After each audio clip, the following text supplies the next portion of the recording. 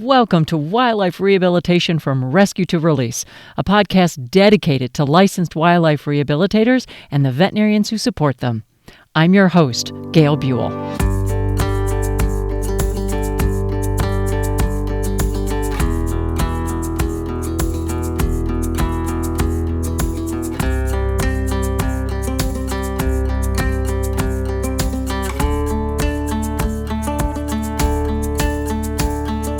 Welcome to Season 4. I so love that you are still with me on this podcast journey. Before you listen to this episode, I encourage you to go back and listen to episode 12 of Season 3. This is part 1 with Tiffany Wentz-Root on mental health and wildlife rehabilitation. Today is part 2 of that conversation. This episode is so rich. Our conversation included impacts of trauma, the brain, body, and being connection, nutrition, introverts, extroverts, cognitive distortions, and balance. So let's be detectives of joy, as Tiffany calls it. I think we all want to be in the place where we can keep putting compassion into the world for the wildlife we care for. You know, one of the things that I do, because my whole work and after work is about animals. I mean, I have all kinds of pets, and I have a horse, and I have all this stuff. I go bird watching. Oh my gosh, I just ooze animals. I just love them so much. And especially when rehabilitation gets really busy and it's intense and I've got lack of sleep because the baby squirrels need feeding at 2:00 in the morning. What I know that I do, which I think is a good thing, and it's really helped me a lot, is that I do things that have nothing to do with animals. Yeah. Calligraphy. I went dancing last night. Yeah. I do work out once a week. Things that have nothing to do with animals. And that has really helped me a lot maintain perspective, Yeah. and just feeds a different part of my brain. And so, yeah, as you were talking, I'm like, and how do I keep myself safe, right? Kind of that analogy with keeping the animals in, as we know they're in distress, but trying to keep it as less as possible. All that stuff is incredibly important. And it's going to look slightly different for everybody, except that we all need good nutrients. All of us do. We all need water. Yeah. And I do also notice in myself is that when I'm feeling that little extra bump of distress or stress going on, the first thing I reach for is chocolate. Yeah. And Yep. I've Chocolate and carbs. Yes. Oh my gosh. Yeah. And I've been on a weight loss health journey for a little while, and Yeah. it had really opened my eyes to that, because Yeah. that was one of the things is we don't want you to judge, but we want you to see, kind of what you reach for and what you're eating. And I just want you to pause and think about it for just a moment before you actually grab it and eat it. And it was really revelatory to me. Yeah. Like, oh yeah, I am a little stressed, aren't I? Guess what I'm reaching for? Yeah. And sometimes it's okay. It's like, okay, I recognize it, and I'm still going to reach for that piece of chocolate. But now I don't do milk chocolate, I do dark chocolate. So slightly there's my rationalization right there. Yeah. Well, and I think that's a really important point, Gail. And so if we return to the definition of burnout being an imbalance, right? Mm-hmm. It's where stress is too high and coping is too low. The answer is to balance those out and to increase the coping when the stress is high. And so we do need balance. And even in our self-care, we need balance. And so, yeah, it's not all or nothing. It's not never chocolate. It's Right. balance. So yes, if I ate reasonably healthy and my body has nutrition it needs, then absolutely grab some chocolate. It's when that balance gets out. I know when my life gets hectic, it's Domino's, it's Pizza Hut, it's like easy, Right. quick, Mm-hmm. tasty, Mm-hmm. and it actually just depletes me more. So just make sure it's balanced. I know we Mm-hmm. say that all the time. And I think for some of us, maybe we never had a balanced diet. I did not grow up with the healthiest habits. I grew up drinking Kool-Aid and having cinnamon sugar toast after school. And so, Well, that I sounds really good, by the way. it's delicious, but Right. when you look at it, you're like, so you just had sugar as an after school snack. Sugar. And so maybe we've never had a really good like relationship with nutrition.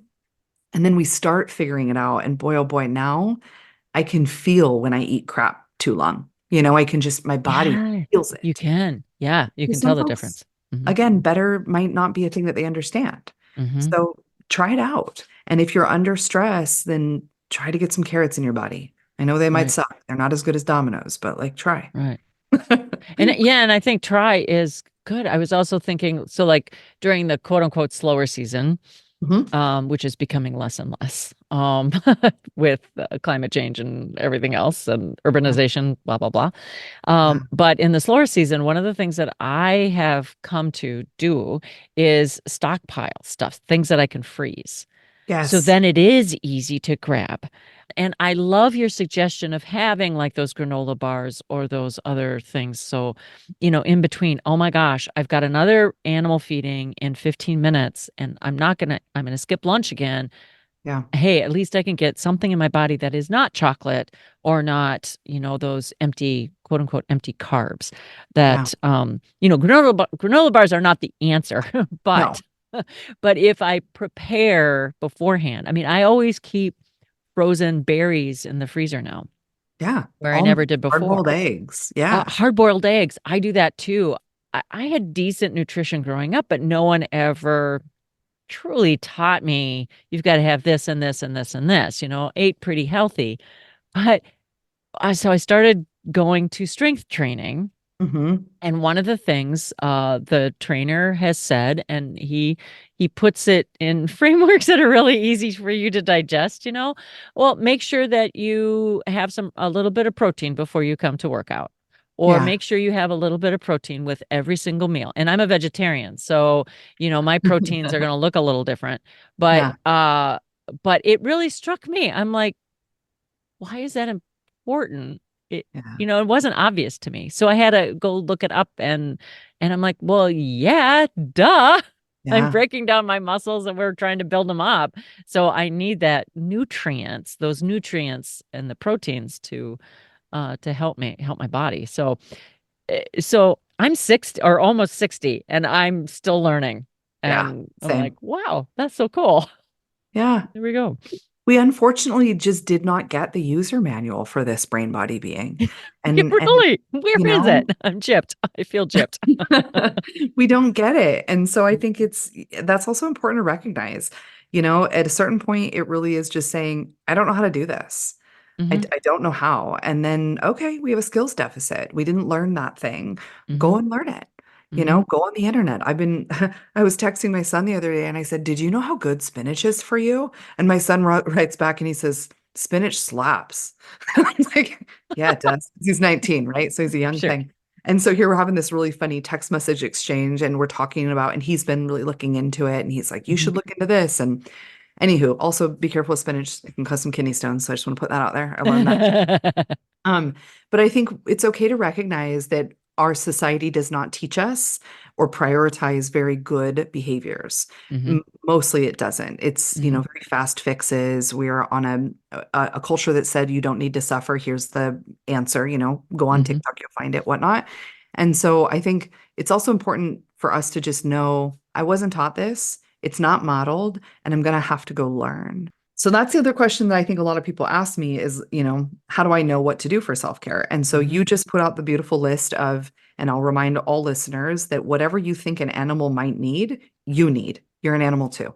So Hmm. you need play, you need cognitive, things that are interesting, you need new learning. If you just put a doggo in a cage and you give him nothing, he's going to wither away. But you Hmm. got to get him out. You got, socialization, stimulation, all of that. But here's the other piece that's important is I remember when I went to therapy after coming home from Iraq, and a therapist gave me a list and she said, try these self-care things. And they included drink tea, garden, and go for a walk. And I thought to myself, this is some dumb things that old people do. And I mean, I was a kid who just got out of Yes, war, right? right. And you tell Uh-huh. me that like gardening will make images of combat go away. All right, ma'am, I don't believe you. Hmm. And I didn't believe her. And I think that maybe a different explanation is more useful. Now, Hmm. all the things I just said, some people find as wonderful self-care. I Right. am now absolutely a plant lady. So now I get it. But at the beginning, I didn't know. And so I went and I drank the tea and I thought, this is dumb. And I went for a walk and I thought, well, I don't feel better. And so what I want people to do is spend some time getting to know themselves. First, we're going to start with, would you put yourself more on the introversion or the extroversion end of a spectrum? Mm-hmm. Is a spectrum. There are not two buckets. Rarely ever are there two buckets in life. But ask yourself, if I had to go to a party, how would I feel at the end of the party? Would I have energy and excitement, or would I be tired and want to go, hide in a corner with a book? And Mm-hmm. that's a good indicator of whether you're introverted or extroverted. Those questions of which one are you is not about shyness necessarily, and it's not about socialness or charisma. It's really about where we draw our energy. And so I always want to start with that is, where do you draw your energy and what drains your energy? And I'd love people to become, a little detective of joy, figuring out, what things do I enjoy? What Mm-hmm. brings me that feeling? And so first step is to spend some time sort of dating yourself. Figure out what things I love and what things I really don't. And for Mm-hmm. those who are really not good at tuning into their body, I have some advice that I've had some people say, my therapist just told me to go to Home Goods. Yes, she did. So, my advice would be, if, when I ask that question, what makes your soul sing? What do you love and what do you hate? The sad truth is, a lot of people can't answer that. Mm-hmm. Or it's a very short list. And so I say, okay, go to Home Goods, go to Target, go anywhere that has a bunch of candles, and then sniff a candle. See what your brain tells you. Your brain's very quickly going to say, I don't like that, or, ooh, I love that. Mm-hmm. And so just hear brain first, because we're very good at that. Most of us have kind of cut off our emotional signals. And so hear brain first. So sniff a candle. And if my brain goes, ooh, I like that, then Mm-hmm. sniff the candle a second time, but this time listen for body, because body actually gave brain that indicator. Something happened in your Ooh. body that Mm-hmm. your brain read as joy. So go sniff a candle. Ooh, I like it. Sniff it again. See what you feel in your body. I had a client come back and she says, I found where joy lives in my body. It was so sweet. Wow. She says, it's this zing of energy right through my core. And I said, yeah. Oh, I get goosebumps talking about it right now, Gail. And so, conversely, sniff a candle you don't like, and your brain's going to go, ew, no, thank Mm-hmm. you. Mm-hmm. Sniff it a second time. What happened in my body that told my brain that I don't like that? Mm-hmm. Now take that experience and go forth and do things in the world. Eat, see what your body says. Go play, see what your body says. I Mm-hmm. started to notice, I love Zumba. I've been doing Zumba for like 13 years now. And I know after Zumba, I feel happy, energetic, joyful. But Mm-hmm. I had to tune in, right? So start noticing how you feel before, during, and after activities. Mm-hmm. If you feel positive, recharged, renewed, that goes on the list of self-care. If you feel drained or, uncomfortable, or like I need to recover, then that goes on the list of things we avoid, particularly when our balance is off. Sure. So generally, we want to put more in the category of things that, fill my brain, body, and being with energy and love. And I Mm-hmm. want to do less of the things that drain me. But it's a Mm-hmm. very personal journey. I Mm-hmm. promise Zumba is not on my husband's self-care list. It wouldn't be on my husband's either, but I've tried Zumba and I really, yeah, this is just that, but I Yeah. just love, because I love dance. So then the other piece that I'd throw on this is, I'm not sure if you've heard of Dr. Lindsay Gibson. One of her books is Who You Were Meant to Be. That's her first book that she ever wrote, but she really gained her fame from writing Adult Children of Emotionally Immature Parents. I believe that she just wrote in 2015, and now she's one of the Amazon's top sellers. So, anyways, in her book, Adult Children of Emotionally Immature Parents, she has an exercise where she asks you to think about who you were before you were, I think, in the fourth grade, is what she says, and Okay. think about the things that were true about you then. And so I do invite us to sort of look back to see who I've always sort of been. What did I love when I was little? And Mm-hmm. maybe I've lost connection to it. There's also this quote of like, return to who you were before the world got its hands on you. Oh, wow. Yeah. Uh-huh. And so, this doesn't have to be reinventing the wheel. It's think back when I was little. What did I love? And Mm-hmm. how do I get that as an adult? Mm-hmm. I was a muddy kid. I have been hosed off in many friends' yards. I loved playing in the mud. Mm-hmm. So now here I am, and my current, I would say, actual passion in life is pottery. And part of what I love about pottery, I noticed I was cleaning up one day and I was covered in mud. And I looked down and my little inner 4-year-old was like, you've always loved being dirty, Tiffany.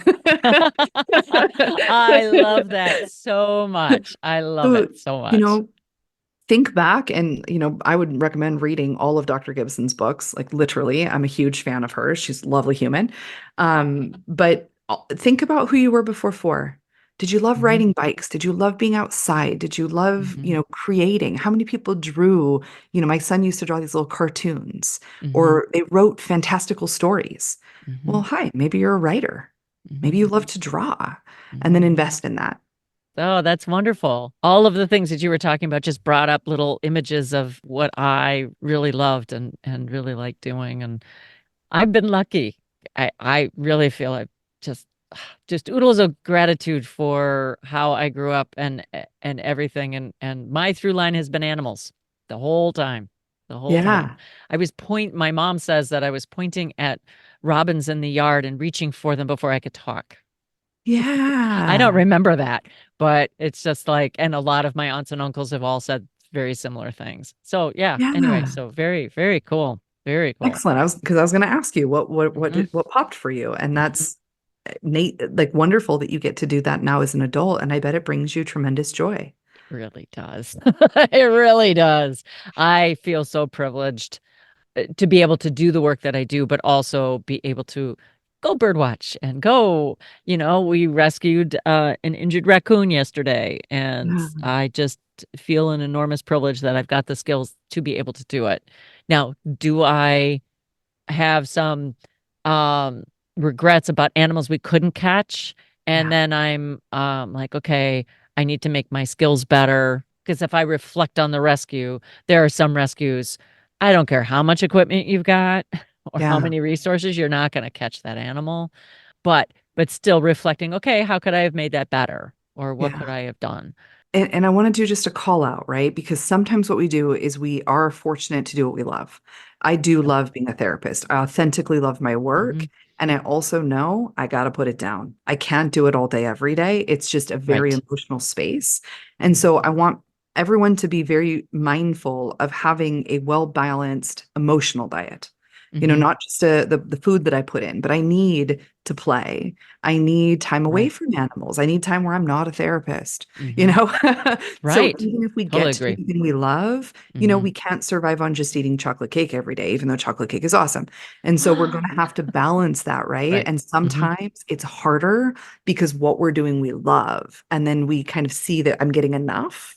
And Right. I think what you just kind of called out is some days it's hard and I need a break from it. Hmm. So I watch the dumbest television, I promise you, because I don't want more feelings. Yeah, sometimes I feel the same as like when I go to the movies, it's Yeah. like I am not looking for emotional dramas. I am Nope. looking for total escapism. Yep. Total. And I know that. And I'm going Yep. in knowing that. Yep. Because that's what I want for 2.5 hours. I just want to be engaged with what's going on the screen and laugh and things like Yep. that. That's the other thing that oh my gosh, I adore humor. I Hmm. love humor. And I Yes. try to find humor in lots of things. Yeah. Not obviously I really not any humor that is making fun of anybody, and I don't like that at Sure. all. But of circumstances you find yourself in, all of a sudden it's like, well, okay, that was kind of funny or that was Yeah. silly or whatever. I love memes, the little sayings with a picture or something that comes up on Facebook or Instagram or Yeah. whatever. I they help me sometimes get through something, Yeah. especially if it just resonates with that particular day. Yeah. It's like, yeah, now I can put a phrase to what I'm thinking or what I'm feeling, or oh, I should try that, or oh yeah, Yeah. I get it. That's ridiculous. Yeah, I see that in my own life or something like that. I don't think everybody gets that same thing out of that, but I love those things. Well, and so this is part of what we need to do with this knowledge, right? Is I love that Hmm. you know that about yourself. You have Hmm. already progressed down the journey of self-care. I Hmm. know memes shift my mood, Yep, right? And so that I do. awareness, a Hmm. lot of us walk through happenstance. And so my go sniff the candles exercise is about that. Go Hmm. learn, and then you can do it on purpose. Hmm. And so if you know about yourself that watching memes moves your mood into the positive direction, Hmm. right? It put us above the 5, then Hmm. I want to do that intentionally when I'm below a 5 to get me above a 5 or to keep me above a 5. And Hmm. so that's part of that awareness is saying, I don't know why it took me so long, but the moment I realized that I can change my state of mind, blew my mind. Yeah. That I can move myself to a happy place, because I think so often we're in a grumpy place and we just think like I'm stuck here Mhm. until the magic fairy comes and I don't feel this anymore. Or I don't So want to move. I want to yeah, just stay yeah, grumpy. I'm just going to stay yeah, here because it feeds something. Like anger, I yeah, think sometimes feeds itself. yeah, Yeah, and I've been in those places too. It's like, don't even try to cheer me up. Don't yeah. even. I don't care. I'm just Yeah. staying here for a minute. And there's a So, time and a place for that. I'll give you mhm, your, time, your place. And then at a certain point, we have to remember that the best ally, the best advocate, the best helper is one who has enough to give out. right. And so, at a certain point, we shift ourselves. So if we intentionally know that, we say memes make me happy, then please do that to help shift your mood intentionally, Mm-hmm. often, Mm-hmm. And so I love that you know that. That's a great example. Next time you're feeling funky or you just interacted with an animal that really hurt your heart, can you take a moment, look at a couple memes, and call it a good day? Yeah. I go so far as when I'm scrolling through Facebook on my phone, if I see Yeah, one that I really like, I just save it. I yeah, save it. So I have a folder on my phone yeah, for memes. I also have a physical folder, a kudos folder. yeah, I have done a lot of environmental education for my professional career, and a lot of times the schools will send you thank you notes. I cannot tell you how that can change everything in a room when a little kid has drawn a picture of a person, me or one of the other trainers or something, and they've got a bird represented how they saw it in the picture. yeah, And sometimes it is so cute. It's so earnest. And it's thank you. I learned a lot about owls or something. And it just, oh my gosh, it changes everything.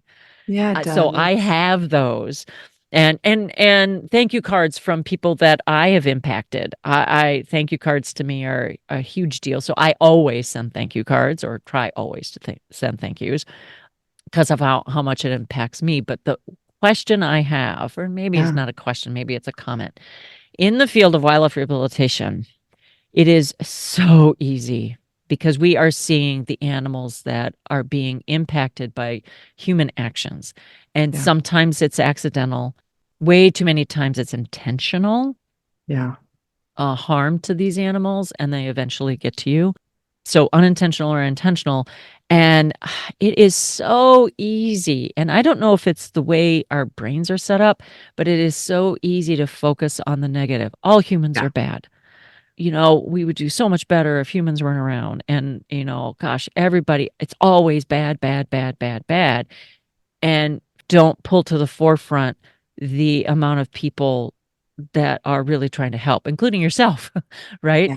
That is also a balance. That there are some bad things in the world. There's just bad things in the world, but Yeah. there's a lot of good too. So I don't know why, if there's a thought behind why we really focus on the negative. Oh, yeah. No, there's a scientific reason. So our brains are so rudimentary in so many ways. Hmm. Our brain is constantly asking this question: will it kill me? Always. Our brain's Uh-huh. basic function is to keep me alive, right? Everything else can go, but it will, and you Hmm. can see this. You can go look out all the examples, but the brain's first goal is to keep me alive. And the brain is always learning what will keep me alive and what won't. And Um, so when we experience trauma, the brain grabs the biggest, scariest images, the things that mhm, threaten my survival usually. And so we could have a whole conversation about traumatic recall and what it actually does to our memory. But in those moments where things are bad, our brain flags those things because they threaten us. And mhm, our brain wants to remember so that next time it sees that, right? Brain's a huge pattern matching machine. And mhm. so it grabs this info and now it stores it. And it says, next time you make a match there, be careful or we might die. And so we are Oh. seeing all this bad and our brain is holding it going, there's bad, there's bad, there's bad, there's danger. And it does require us to intentionally override this. There's Mhm, nothing wrong with your brain. It's just how our brain is going to respond to things that might kill it. And if I mhm, see something, this is that vicarious trauma. If I see something who has, animal, human, whatever, that has been threatened, my mhm. brain says, oh, did you know that's possible? We might not have known before. Did But you now know we that some know. people do this? Huh. And then we bring it in and we hold it. And so I have been accused of having rose colored glasses. None of this is true. None of Mhm. this is true. But they Mhm. just see, I think that I'm able to stay intact. And so they think that I don't understand. And I Oh. do understand. I promise you, working Mhm. with foster kids, the stories that I heard about the abuse that these kids endured and the impact it had, I Mhm. mean, that was the equivalent of, what you see is I learned of humans doing things so often to other humans that I Right. couldn't fathom. Right. I can't even say them because my husband gets sick. If I just said, one time I heard this story, he's like, I absolutely can't even hear that story. And I hear it from people's mouths. Mhm. I'm a trauma specialist. And Right. so I go through what's called, well, I call it a trauma timeline. I know, fun title.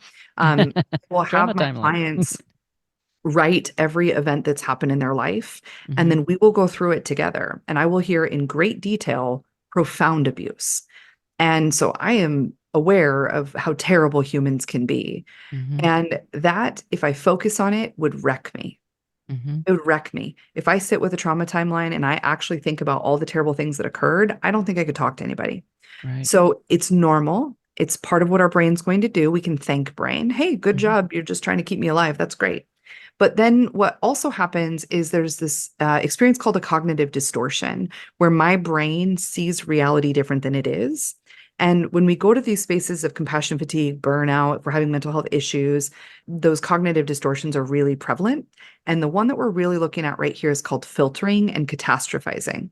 And Okay. filtering is where I now see all the bad. It's like I put in the search engine in my brain, find the bad things about humans, and I get this list, You get right? a list. Oh You get a yeah. huge list. Mhm. And every day you're seeing experiences that you're adding, bad humans, bad behaviors. And so to combat that, we need to expand beyond the distortion. The world is not all bad. There is some Mhm. profound beauty, and just you existing today to take care of that animal is evidence of it. So Mhm. don't lose sight of that. And it takes effort. So Mhm. in my brain, I type reasons that humans are great, find joy, Mhm. find good, find Mhm. positive. And that's part of how I stay sane. I have been in environments, especially in addiction, that is just a whole bunch of humans hurt by humans who are now hurting humans. And Right. a lot of them, the attrition rate is low. In my clinic, I think we had about a 40% success rate on a good day. That meant Mhm. that over 60% of the humans that came into my clinic were not going to get the help they needed. That would Ah, wreck me if I right. focus on that. Right. So what I focus on and what I encourage you to focus on is where you're able to put compassion into the world. Mhm. There's this woman who her child was taken from her in my presence.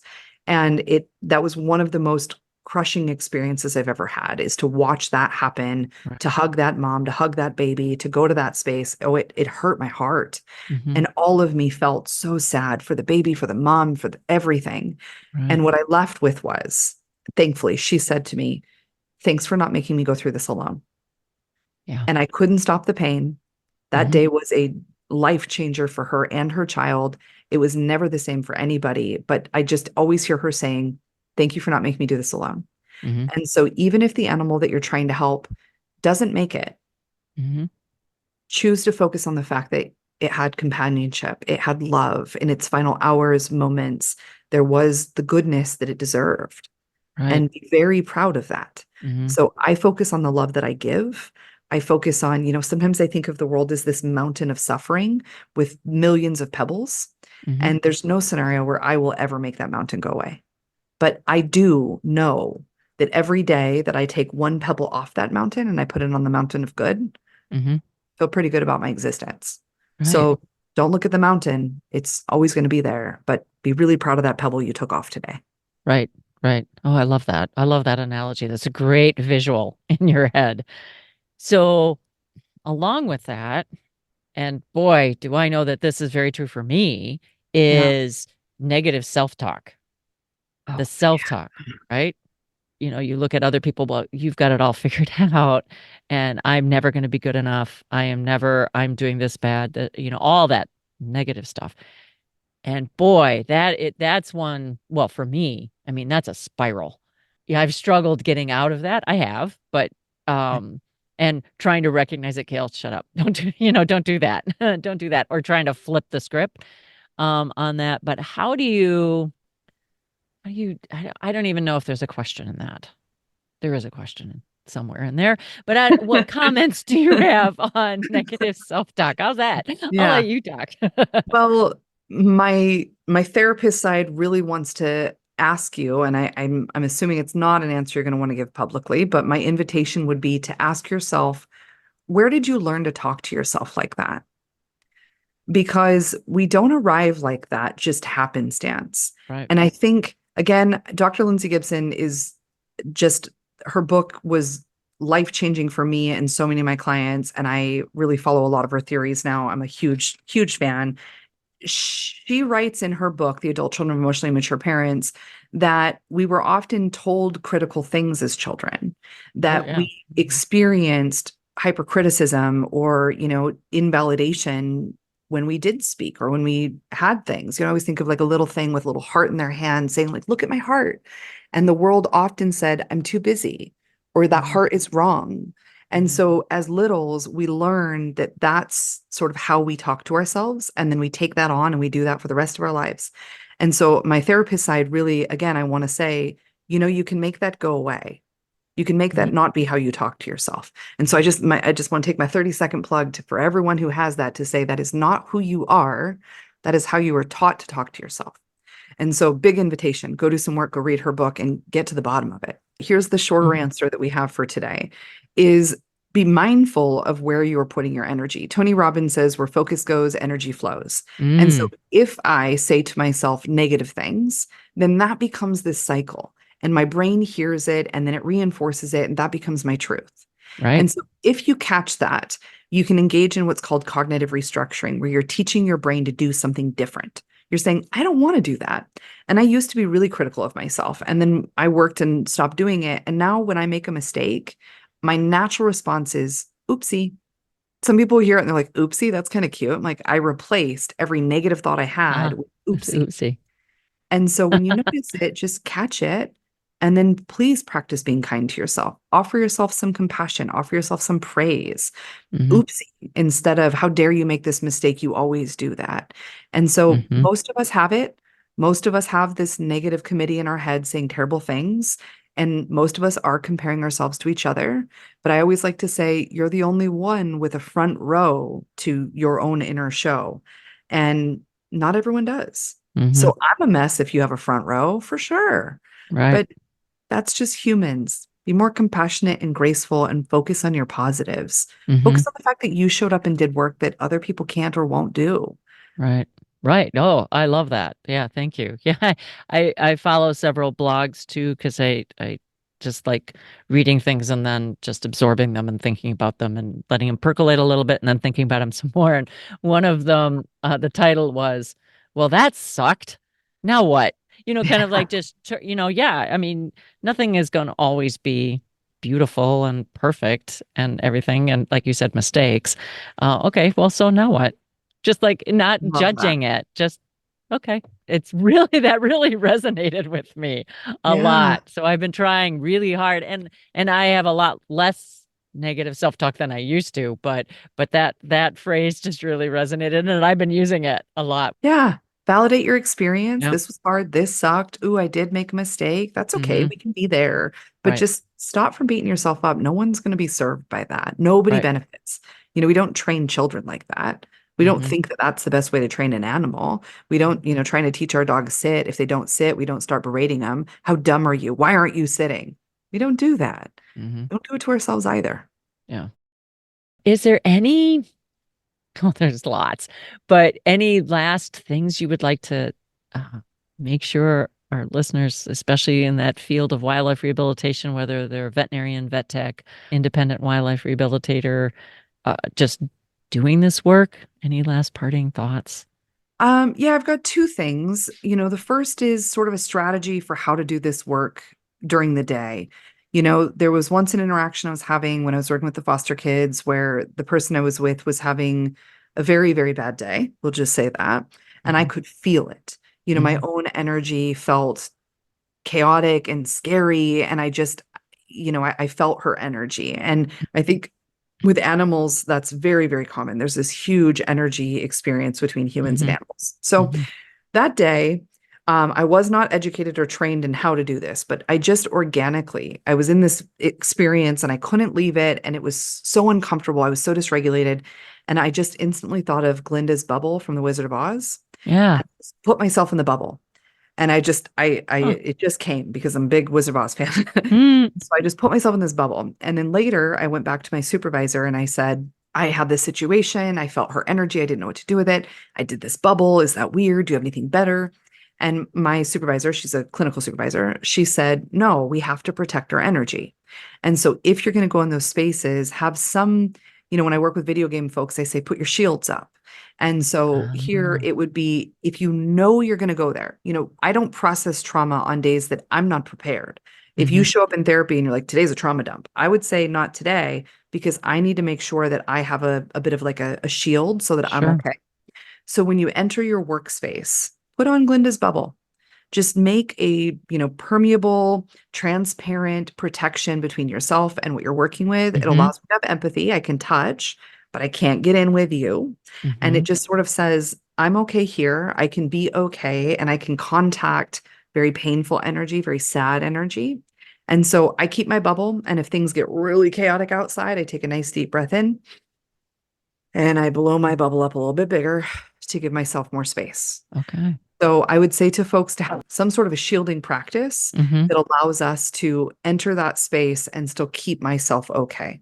Mhm. And the second piece I really think is important is to learn mindfulness and to learn to be practicing getting grounded. In the video game world, they say touch grass. And I actually think that's very good advice. We need to get grounded in the reality that we're in because the things that are in our brain are usually something that happened in the past or something that's going to happen in the future. And Mhm. obviously, if you're right in it with an animal who is in a very bad state, you could still get present with that and be as effective as you can. But Mhm. afterwards, go get present with what is not traumatic. Go outside, touch the grass. And I mean, touch, Uh-huh. use your six senses to get Sure. information in. And you had mentioned earlier in the podcast to feel safe. Mhm. So once I'm out of the bad experience, my brain doesn't quite know I'm out of it yet. My Okay. body is still in it. It's sort of like if you watch a scary movie, you have to go home and like keep the lights on and stuff because your body's not like safe yet. Mhm. And so intentionally move yourself to that space. Exit the room, go touch grass, touch my desk. I will actually physically touch myself and I will say to self, I am no longer in that situation. I am now here. I am safe and that is over.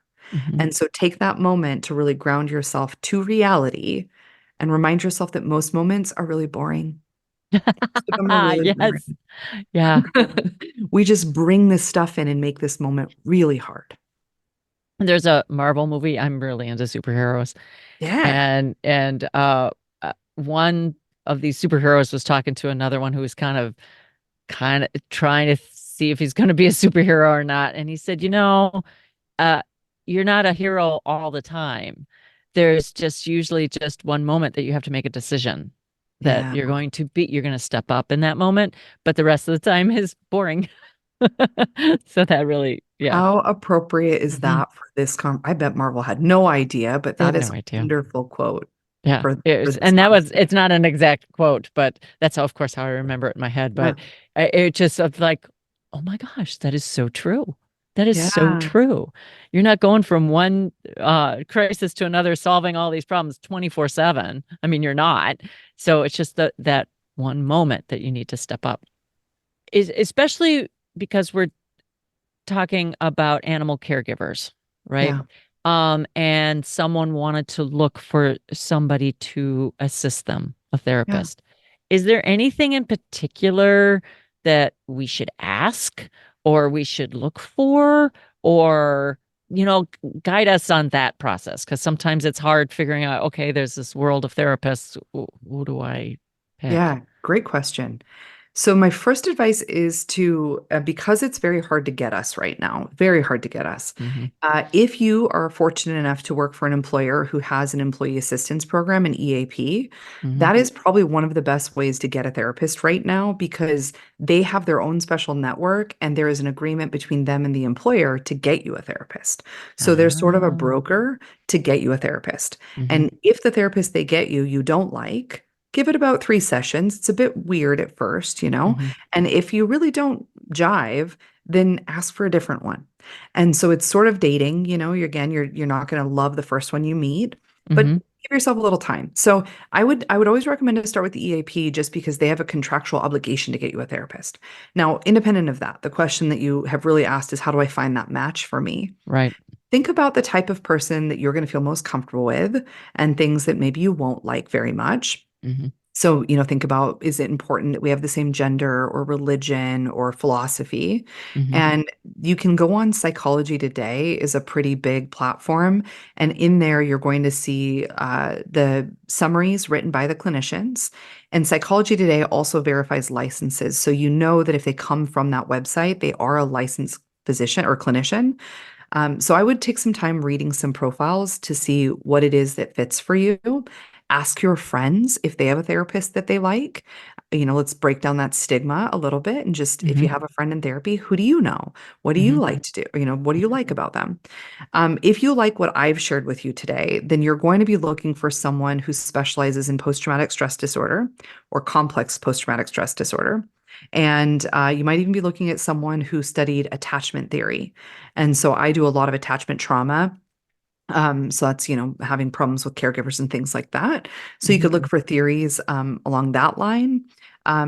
Theories are important, they inform, but most of us don't know what they are. So I'd say Okay. read the bios and just see what the person has to say. See if they have social media.